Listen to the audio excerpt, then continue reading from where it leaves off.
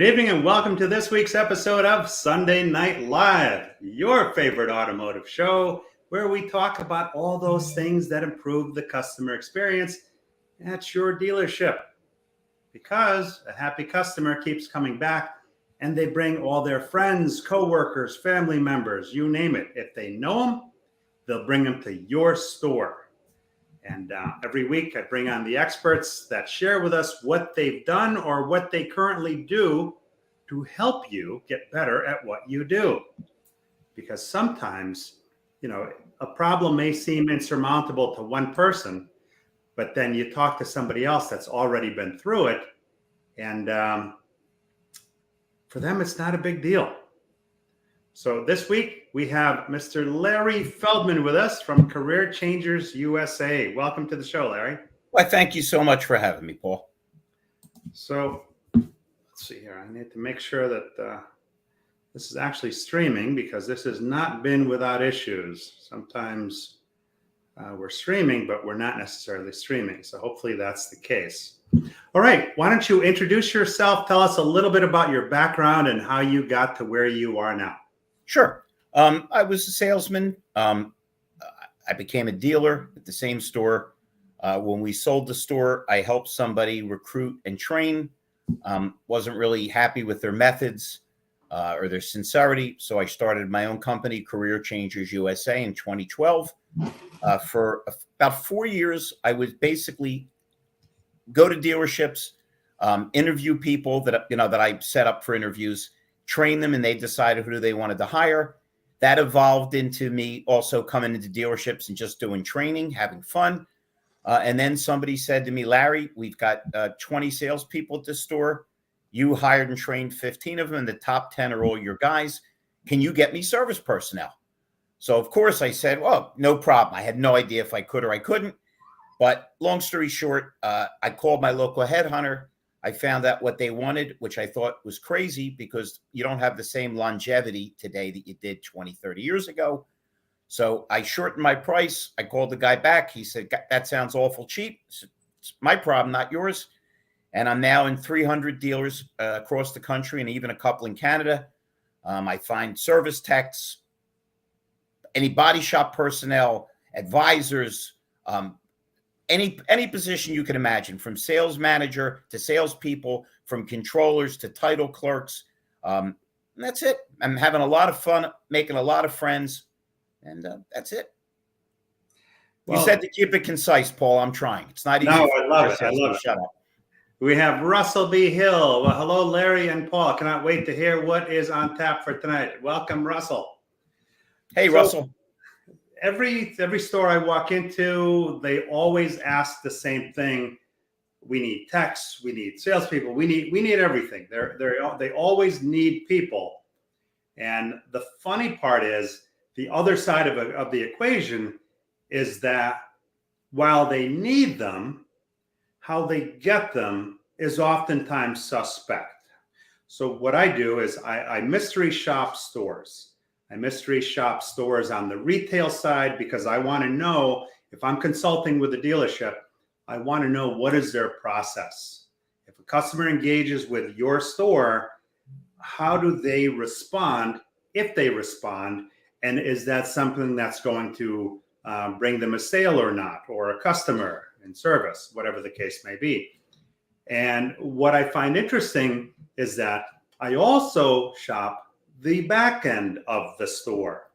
So they're looking for people, technicians for the most part, and management staff, service managers, parts managers. There seems to be a really big need for management staff along with technicians because they spend on average $4,000 to $6,000 every month. They're on retainer, these companies, to get them people, right? Now, the interesting part is that they put the ads in, the people submit applications, they submit resumes, but yet few of those get responded to. It seems like a lot of them don't even get looked at. I've spoken to lots of people in forums, connections that I have, And the common denominator seems to be, and there are some people that are, heavy duty pedigrees that have submitted thousands of applications and resumes and have gotten this many responses. Well, that's because you indicated you measured people's and examined people's process, and that assumes that they have a process. And most of them don't, or it's so flawed, it's frightening. You asked me before we got on the show, other than the question, are my meds working? Obviously they are, Paul. I'm getting out of coherent sentences, or as coherent as I get on a Sunday night. You asked me, how do I interact with HR? And I said, all I do is connect the dots, because a lot of times the owner, the GM will say, Larry, do me a favor. My HR people are terrific. If you get somebody good, shoot it right to them. Sure. I shoot it right to them. I send them a text, call them 3 hours later and say, hey, they want to bug you. Just want to see how you're making out with the great candidate they sent you. Yeah, I haven't called him yet. It's just as stupid as a salesperson having a great lead and the manager's pestering him. Well, I don't want to bother him. No, don't bother him until after he bought a car from somebody else. There has to be expediency in everything that you do. You got to do it right, and you got to do it right away. Thank God I've been really, really successful these last 11 years. I'm in over 300 dealers. There is no magic. I might be the worst tech guy that ever lived, but let me tell you something. If you call me, I answer my phone. And if you respond to an ad, we will respond back to you so quickly. A lot of people think there's spyware on the phone, because the idea is, let's connect the dots. Let's let people access us, and let's make sure we access them back and roll. You said mystery shop. I'm jumping tracks here, but I do have bad ADD. You knew that when you signed me up. I send people out when I train them after the first day, when I give them a feel for how to greet people, and to start with the ending in mind. 7 habits of effective people. And I send them out to say they're looking for a car for their sister that just has a baby. And I'm in California, I'm in Canada, I'm in Indiana, I'm everywhere, all over the United States and Canada. Instead of somebody saying, congratulations, boy or girl, guys our age, it would be, my daughter had a baby. Hey, grandpa, nope, it's always the same thing. Where is she? Why isn't she here? What's her credit like? Tell her to come back. Well, she just told me to come. You're just completely disrespecting me when I'm trying to help my sister. Plus, you're assuming that I'm not buying the car for her, or she's not a millionaire. And she said, you're better with cars than me. Go pick something out. I'll write a check. So it's no different. Dealers that are successful, businesses that are successful, people that are successful have a process. They're consistent, because I owned a dealership. You've been around forever, Paul. You know the drill. We see people that come in. They're handsome. They're beautiful. They're funny. All the talent in the world. A week later, either they quit or they got fired. Consistency is just as important, if not more important, in having a good process than everything else put together. So it's great to stand up on a chair and holler, I need techs. But what's your plan to get them? What's your plan to reach them? What's your plan to convey, this is what we have to offer, and this is how excited we are to have you? Other than that, I have no opinion on that subject, Paul. Got a couple of comments. Cars on the move. My buddy Ty Thompson. Hey, Paul. Hey, Larry. Jerry Davis. Good evening, all. Should be a great show. Thank you. And Russell B. Hill says, Larry, the meds appear to be working well. Jerry Davis says, time is everything. If you need people, when the right one comes along, you need to stop the train. You know something? That brings me to a point. What I have found in doing a lot of this mystery shopping, there does not appear in a lot of cases to be someone at the store level or at the recruiter level that either understands the function that they're hiring somebody for, or has the ability to recognize talent in somebody. If you have somebody that has a lot of experience in a particular area and they've done the job successfully for others, wouldn't that necessarily be somebody that you would want to talk to?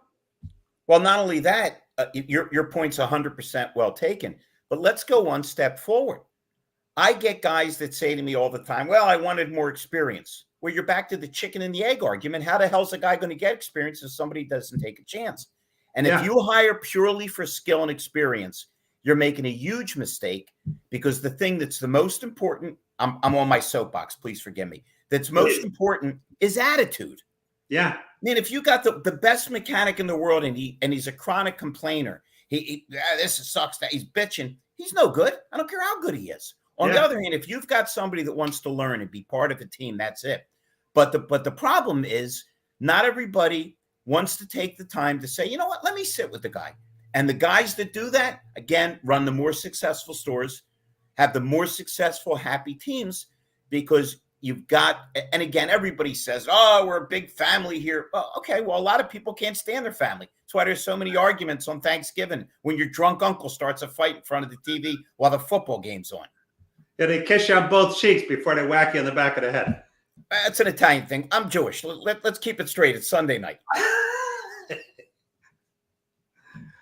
Oh, man. So, yeah. So by the way, for the gentlemen that are watching and commenting, and I love all you, the beautiful part of this is, before we got on, Paul said to me, no one-word answers. I says, boy, do you have the right guy on your show tonight. You may need a cattle prod to get me to shut up. Jerry Davis says accountability is key in all processes. There is no point in having a process if you don't hold people accountable for the process. 100% spot on. Yep. And, you know, you have the same thought process as me, and that is the phone. Answer your phone, right? If I tell people all the time, if I'm awake, I'll answer the call, and my wife is the same way. You'd be shocked how many people don't answer their phone or just don't respond. Not only wouldn't I be shocked, let me tell you a phenomenon. Because I'm not bragging, thank God I'm in over 300 dealerships, I get calls all the time. My wife made me start shutting off my phone around 11, 12 o'clock at night, because the phone would ring at 4 in the morning. But everybody that calls, and I have an extremely good assistant, executive assistant, Pam, whether she answers or I answer, it's the same net effect almost every time. She called me up after I hired, and she said, Larry, something weird's going on. I said, what? She says, everybody that I answer the phone for pauses. And I said, they're pausing because they don't expect you to answer the phone. So think how whacked our planet is, that people pick up the phone to call you figuring you're not going to answer. And when you do answer, sometimes they even hang up because they're not prepared to speak to a human being. And if you try to call them back, you'll find the phenomena that not only don't they answer their phone, but either their voicemails are full or they don't have voicemail. We've lost the art of communication. I had somebody reach out. I get a lot of people that reach out on LinkedIn. And this gentleman's information looked kind of interesting. So I would make the time to meet with this guy. So he says, oh, you know, when's a good time for a chat? I said, well, you know something, it seems interesting. I'll make some time for you now. Why don't you call me? So he says to me, can I send you a pre-recorded message? Pre-recorded message? I just told you I'm making time for you to talk to you, like on the phone, you and me. If you want to talk on the phone, call me now. If you're going to send me a message, please don't bother. I don't need the message. How about when they send you their little calendar? Listen, here's what you do with your calendar. Put it where the sun don't shine. Okay. Two human beings that speak. You know, when I'm often on a lot of shows trying to get out the good word of Larry Feldman, crazy as I am.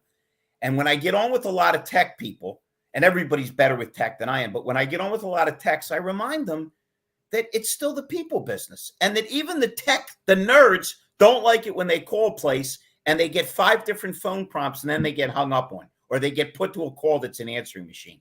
It's about being human. And as I tell salespeople everywhere, and managers and people that I'm trying to dial in to get people hired, now more than ever, be a human being. Let people know you're available. Smile, show some energy over the phone. Get them excited. They can feel it. Yes, they can. I'm going to get to a couple of comments, and then I've got a question for you. Let's see here. Mike Fisher, my buddy, I agree with Russell H. Jerry Davis says the phone is an ATM that you have the PIN number for. So I'm a dealer, and I need people. So walk me through your process. How do you go about filling the people that I need from A to Z? Well, you would call me up. and I would actually answer my phone without a pause. And then I would explain to you how long I've been doing this, my experience as a former dealer, and the fact that I understand, because I had not only a shop, but a union shop, I understand how techs think and salespeople think, and that I keep my ads very short. They're very punchy, because it's really scary. I shouldn't complain, because it's my bank account keeps getting padded because so many people don't understand how to do an ad. If you've ever read most ads, it's why we're not going to hire you. We do this, we do that. And I love it when they say at the bottom, do not contact us. Send us in a resume. Well, every tech I ever in my life is kinesthetic. They want to touch things.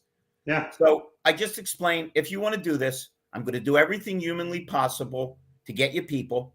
I want you to say what a lot of my customers say. I'm very thankful. Man, it seems like I'm your only customer. Every time I call you, you're right on top of it. Because that's how I was as a salesperson. You said it earlier in the show. It's not about the sale. It's about the sale after that and the sale after that. They're not annoyances. They're annuities. By the way, since I'm on here promoting myself shamelessly, I wrote a book called Inner Moron Demons, How to Avoid Them and How to Live Your Best Life. And I just basically talk about all the foibles of human beings, including myself, and how self-defeating a lot of our behavior is. But I just explained to dealers, if you want to do this, I'm going to do whatever I can to make you happy. I'm going to find you as many people as I can, because it's still a volume and numbers game. And I'm going to run everything through you. I'm going to send you an ad that I believe is going to fit what you need. And you can okay it. You can change it. If there's something you really are adamant against, and I'm adamant for it, then maybe we should discuss it, because I'm trying to make you successful long-term, so I'll be successful long-term. So it's really not more complicated than that. It's not an overly complicated process. Put in ads that people actually will look at and be intrigued by, and then answer the damn phone, and then connect the dots. It's frighteningly easy. So is the preference to pick up the phone and call me, or is it open to anything? Listen, I'm a car salesman, dealer, vendor. You can send up a smoke signal. You can send me a telegram. You can send me a text. I could care less. I'm not one of these people that's going to worry about the way you communicated with me. You figure out a way to get to me, and I'm going to get right back to you. But so silly, the behavior. I get dealers that'll send me a message and say, man, so-and-so said you're terrific. I am desperately in need of techs. And trust me, as a former dealer, and Paul is a fixed ops wizard, he can tell you how much an empty bay costs you. It's a frightening number. I say, yeah, I can help you. I never hear from him again. This is like saying to your wife, I think I'm having a heart attack. Do you want me to call EMS? No, I'll be all right. If I turn purple, just, I take the drink out of my hand. That's a big plus right there, because everybody else wants you to submit some electronic stuff that nobody's going to look at, that nobody's going to respond to, or they may even respond improperly. You might apply for a management position and get a response from this place that, no, it's all well and good what your capabilities are, but we're really looking for techs. Well, then why did you put a management ad out there? Or maybe they have so many ads going that they have no idea what they have out there. And they're just. How about if we make Jerry and Russ and everybody that's texting happy?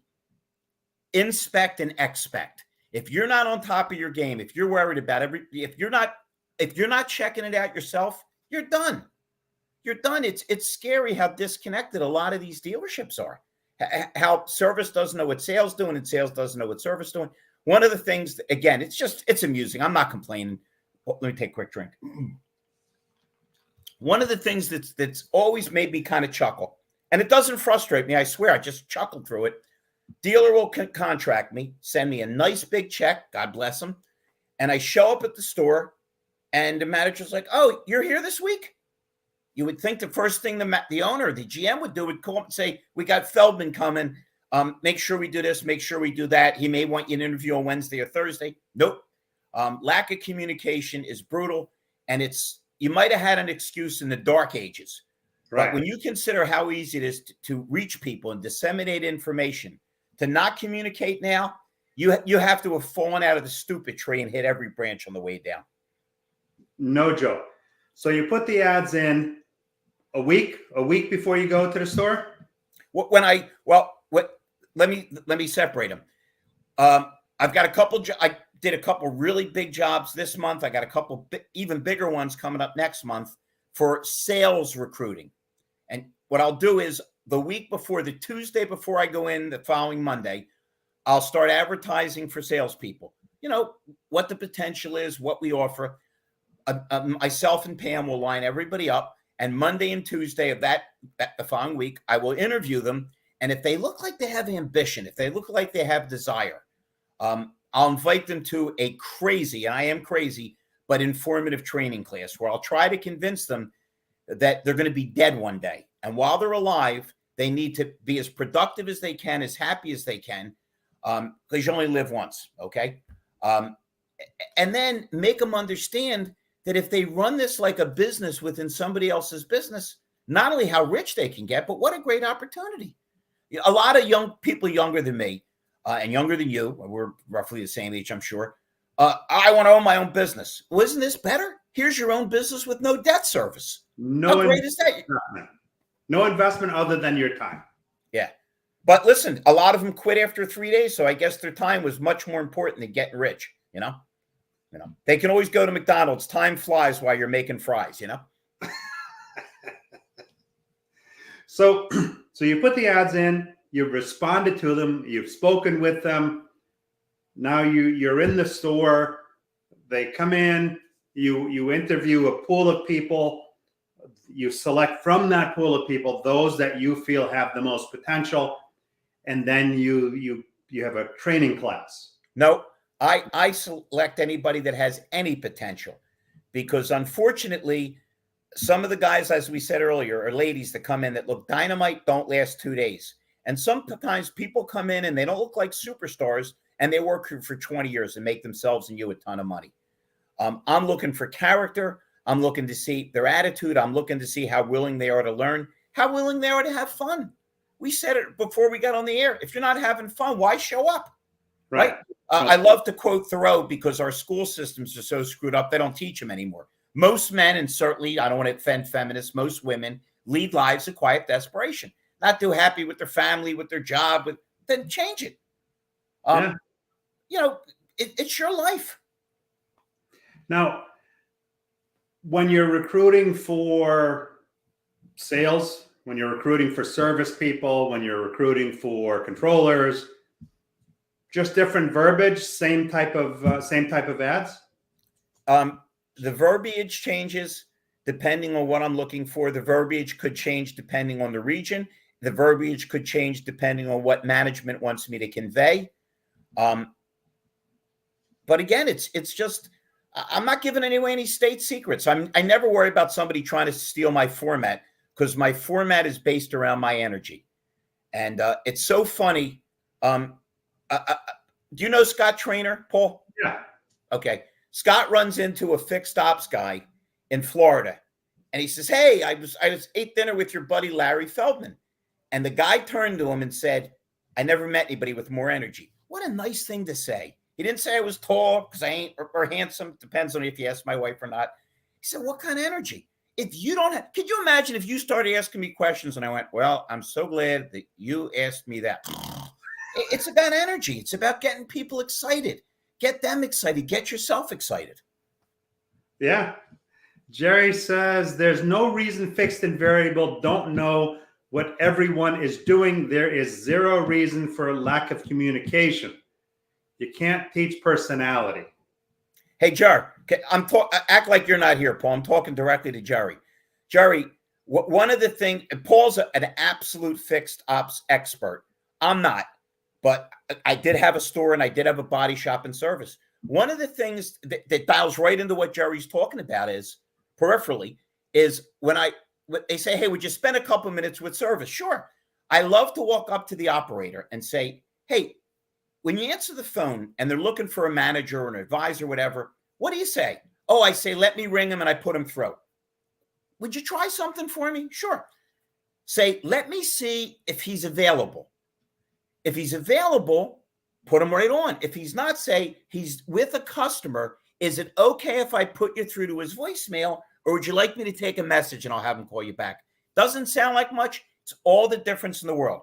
Because when your car is broke down, or you're in a hurry, or you're on a break from your job, You want to talk to somebody.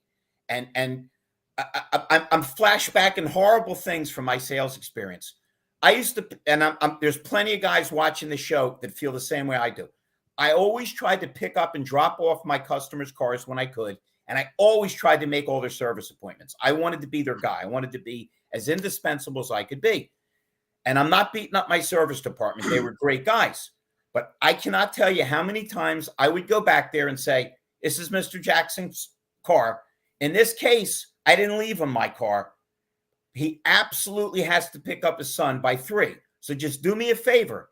If by 1:45 you see there's a problem, you don't have the part, just let me know. I'll go pick him up. Do I even have to tell everybody on this show how many times I get tied up with a customer and at 10 after 2, I call back and say, I didn't hear from you. I guess everything's okay. No, I was getting around to call you, Larry. It's all about communicating. Like I said, we make things complicated. This is not a complicated business. Treat people like you'd want to be treated. Show some enthusiasm. Write things down. There's for anybody on the show that's under 20, there's this new invention out called a pen.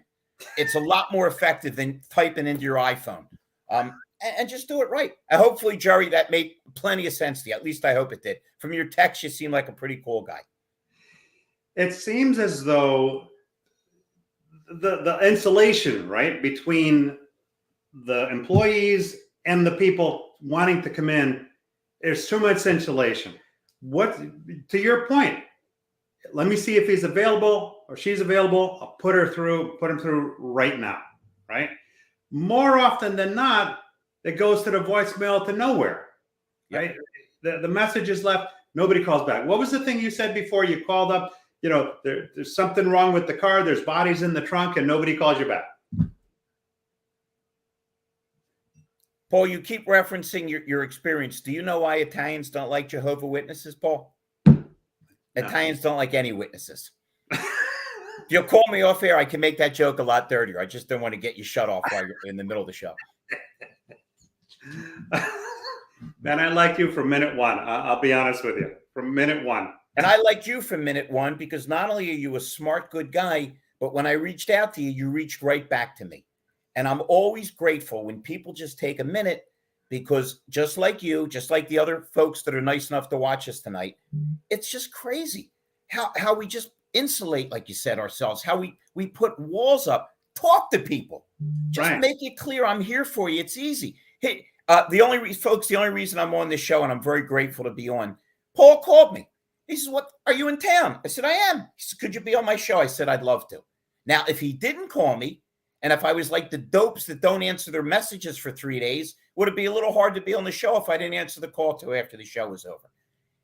Really simple. Talk to your people. Let them know you value them. And just really good things will happen, particularly in an era where nobody knows how to communicate. And worse, nobody's interested in communicating. So now you've had the meeting, you've met with everybody, you've recommended certain ones, the dealership hires the people, and then you go back and you do training for them? It depends on the dealership. Most of the places I go to want me to come back and train their guys because my training is completely 100% nuts. I hate training. I hate cliches. I hate homilies. I want to make it fun. All stuff that can relate to people. Because usually when I used to go to training, I snuck out the back or all I could remember was the guy's catchphrase. But I like to say, hey, who has a dog? They all raise usually a third of the people raise their hand. I say, when you point, your dog never looks in the direction you're pointing. He looks at your finger. Well, that's the same thing how most people lead their lives. They don't know which direction they're looking on. It's like having a navigation system and not setting the coordinates. So I try to get people to understand how to be better. Now, if I do this, think about how many good things happen. They get a great career because they understand what they're trying to accomplish. The dealership gets great people in a time when, it's hard to get people. It ain't hard if you call Larry Feldman, okay? And they pay me.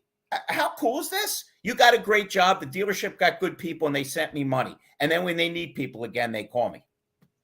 Now, they say, nobody wants to work. I don't buy into that.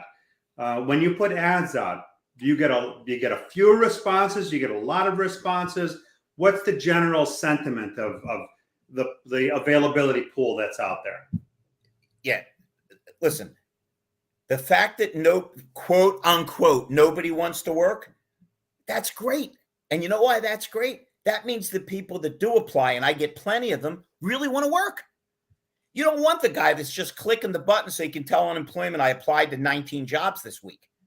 All this stuff, listen, all this stuff is real. Okay. I've off the air, I've made my political views very clear to you. I think our country needs to get back on track because we're on a disastrous track. There's no ifs, ands, or buts. But don't tell me there aren't people that still don't want to work, because there are people that want to work.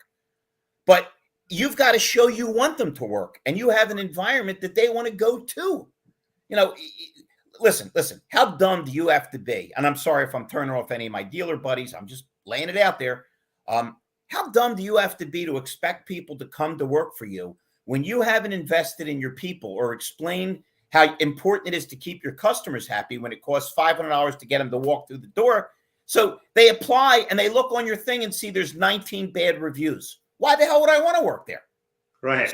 So again, all those things, I don't want to sound like I'm over commercializing myself, but man, if anybody decides they need any kind of service or salespeople, tell them to call me. I will answer my damn phone, and I'll send them 10 references. And it doesn't matter what part of the country they're in.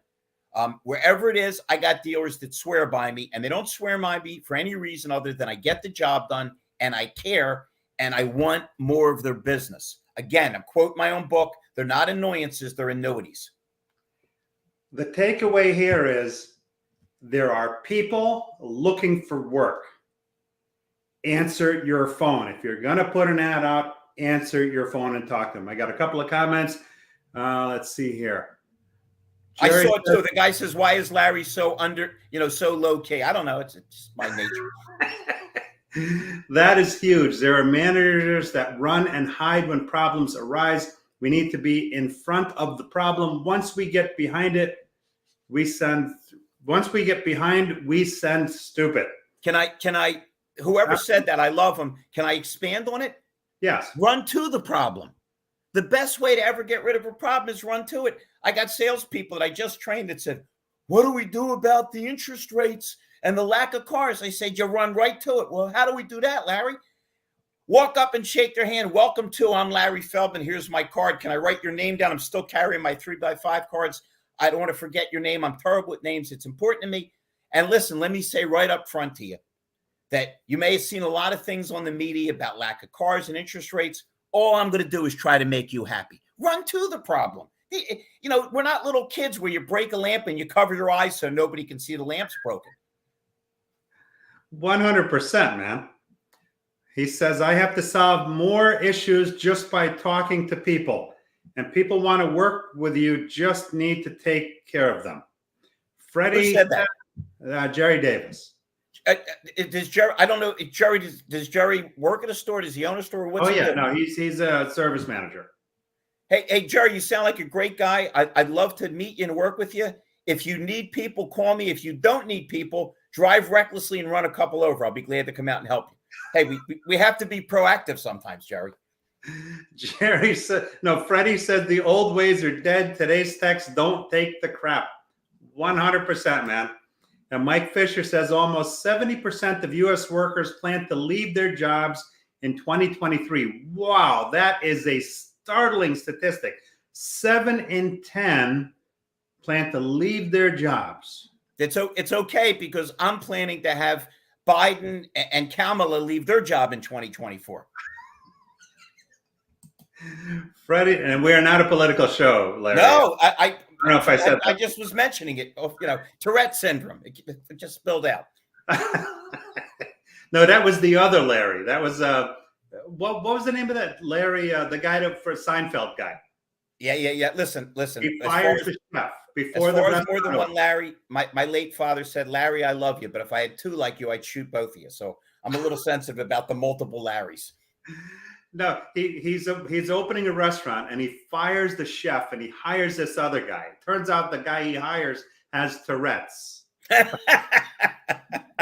I can identify.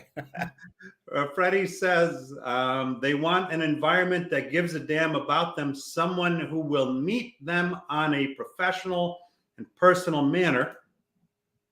They are not old grunts. They are people.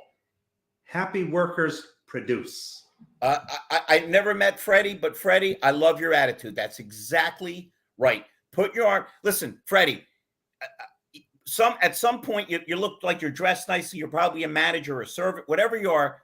But at one point you had a job and you did something spectacular, same as me or Paul. And instead of your guy hugging you and saying, "You're my champ," he looked at you and went, "About time you did something right." It's Shakespeare called it damning with faint praise. If you don't make people feel comfortable and that they want to be there, then they're not comfortable and they don't want to be there. It's not rocket science. Nope. Jerry says, I've learned from so many of my other mistakes. People and process will save the day. We as leaders need to be better. Jerry, I'm at my dealership. I don't own it yet. I'm just a salesman. And I'll never forget this, ever. The GM is walking out and the operator says, "There's a call for you, boss." And he says, "Tell him I left." And I thought, what kind of an imbecile are you? If it's somebody with a small service problem and you solve it, you're a hero. Overnight it festers and they want to kill you. What if the guy wants to buy 2 cars and the money's burning a hole in his pocket? The hell with you. I'll go from somebody else.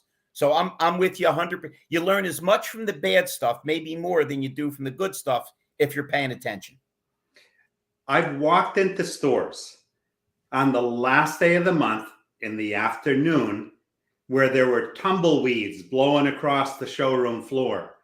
The big ad campaign was the open hoods, with each hood had SALE. Oh, yes. You've seen those before, right? Yeah, with the big gorilla on the roof. Yeah. I know the general manager's name.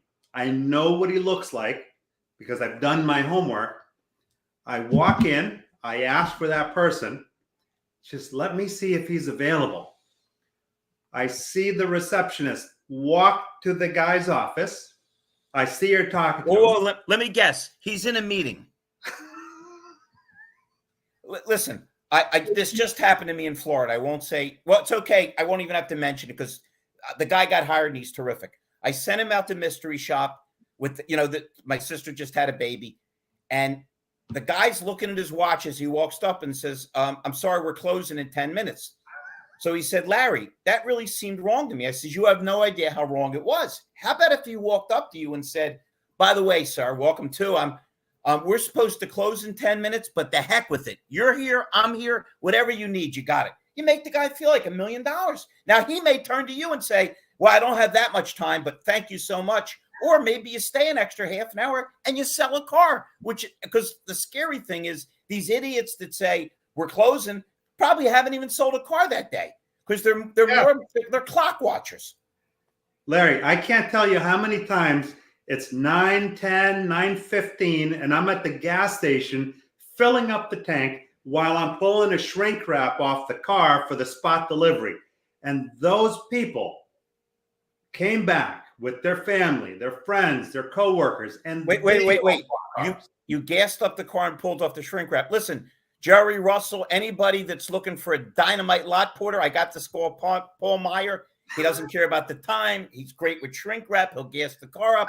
I'm just saying, hey, listen, maybe I can get you gainfully employed here. I mean, you can't be doing that good if you're wasting time talking to a nut like me on a Sunday night. I'm just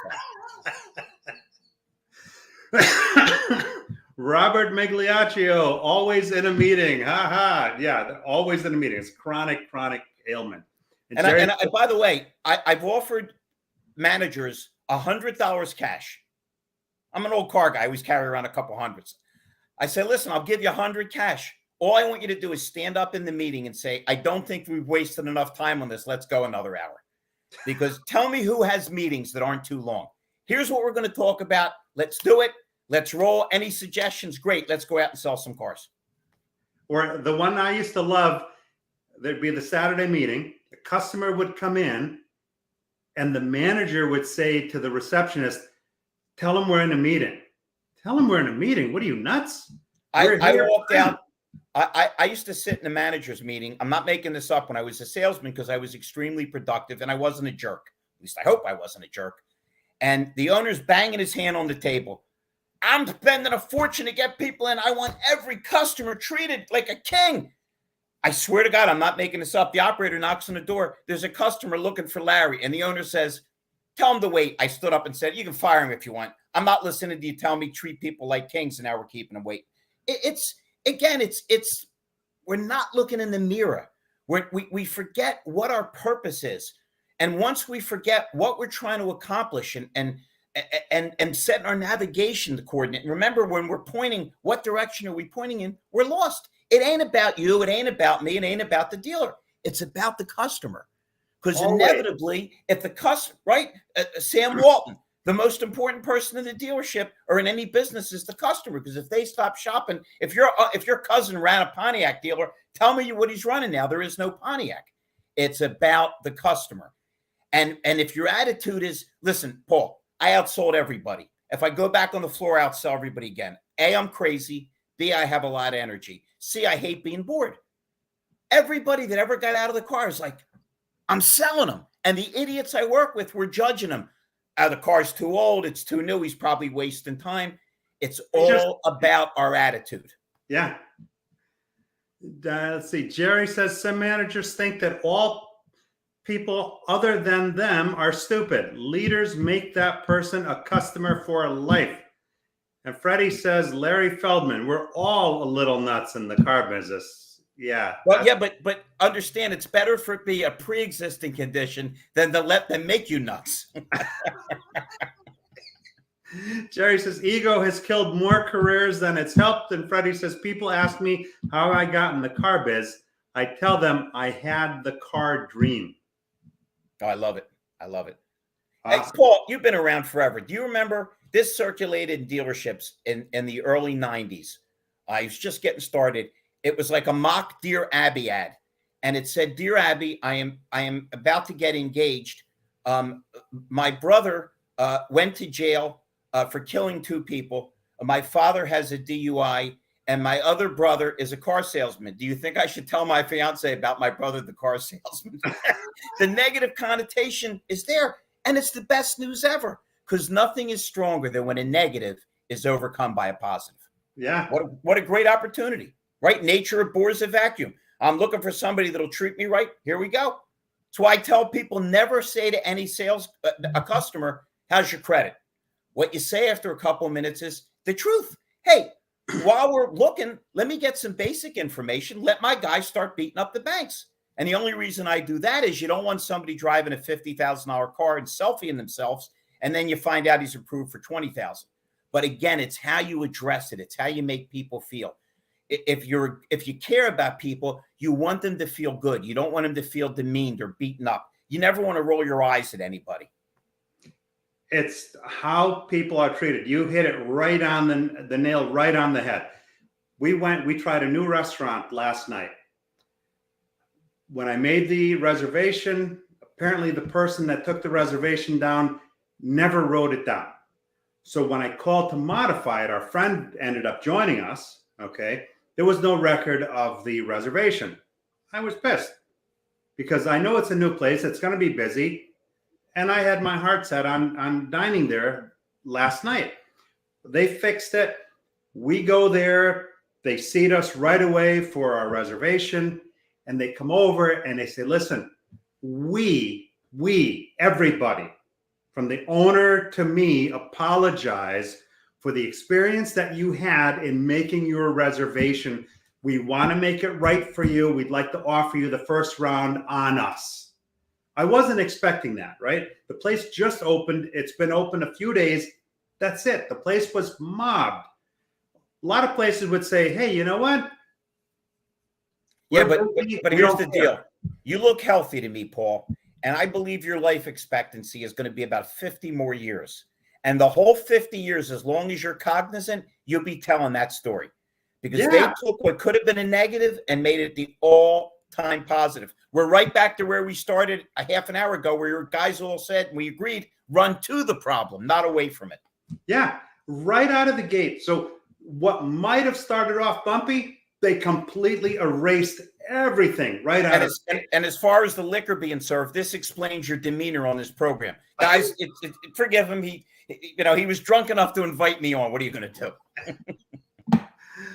Craig Tomasic says, you guys are going to have me quit turning a wrench and start selling cars after listening to this.